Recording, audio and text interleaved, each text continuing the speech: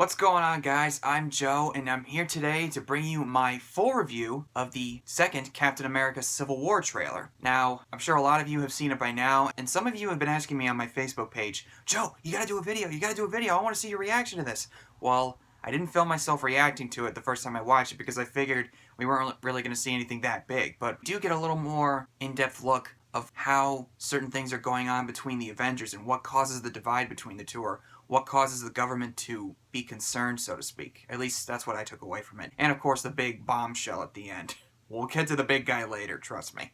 Oh man, I'm trying not to lose my mind here.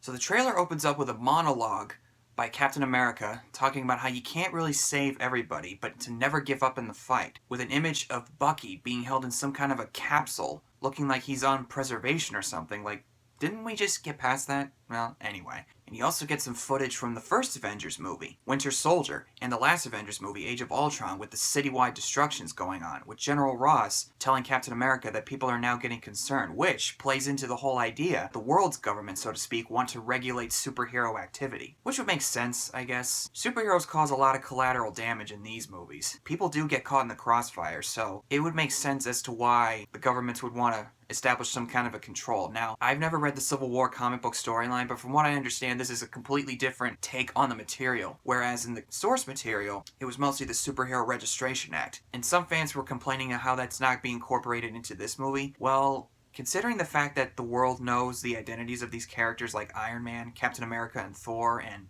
some of these other big guys, there's no reason why they should be able to publicly register their identity with the government. And obviously, after the events of the Winter Soldier, Captain America is not exactly easily siding with the government on this one because of all the stuff that happened with Hydra. And from the last trailer, it looked like Bucky's storyline was being incorporated into this conflict as well. So, given the Winter Soldier's history with Hydra, it would all make sense. Now, the thing that does make me wonder, though, why did Iron Man decide to go against Captain America and side with the government? I'm just speculating here. Maybe all of the past events that Tony's done where he's gone against the government with his armor, maybe he's finally snapped out of it and decided that siding with the government's probably the best choice he could make. And also leads into a really powerful scene, I think, when Rhodey, or War Machine, gets shot down, and you see Tony rip off War Machine's mask, and he's just laying there, and Tony's just looking out at something, and you just go, oh boy, this is not good. And you can hear him saying, I was wrong about you.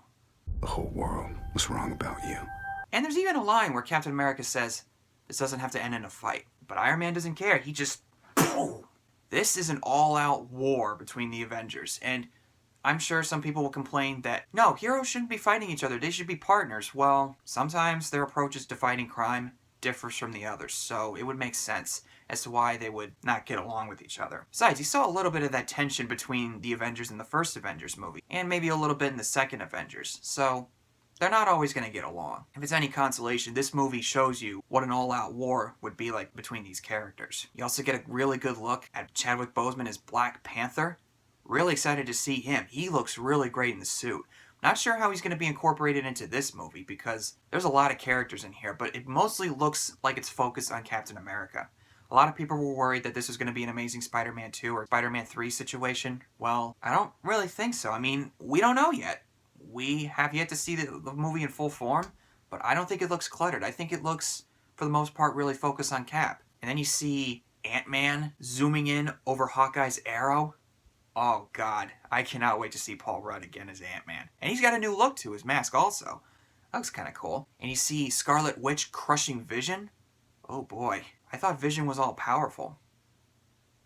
Well, we'll see. And one of my favorite parts of this trailer is when Iron Man says, stand down, final warning. Cap just goes, I could do this all day. nice little throwback to the first Avenger. I like that one. But okay, we've held it off for long enough. You want to hear me talk about this. Oh yeah, you know what that means. Spider-Man, Spider-Man, does whatever a spider can. Well, let me put it to you this way. I was sitting in my room, watching it on my phone, and I was keeping an eye out for Spider-Man. I was kind of hoping that they would pull a Luke Skywalker on us where they don't show him until the actual movie. But you know what?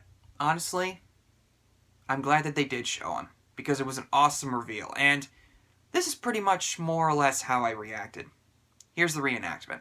Alright, I've run out of patience. On to roost! What? Hey everyone. Oh my god! Ah! Oh wow. I didn't. Oh man.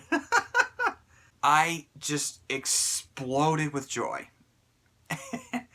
I haven't been this excited over a character reveal in a trailer since Han Solo and Chewie showed up in the second Force Awakens trailer nearly a year ago.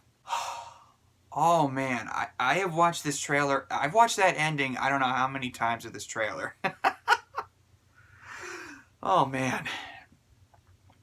And I have to say, at first I was a little put off by the costume. It looked a little too CG for a second, but then I watched it a couple more times. It looks cool, I think. And the eyes, they get smaller and everything. They're animated now. Wonder how that works. I guess maybe it's like an Iron Man-like kind of suit. I don't know. But his eyes, they look just like this.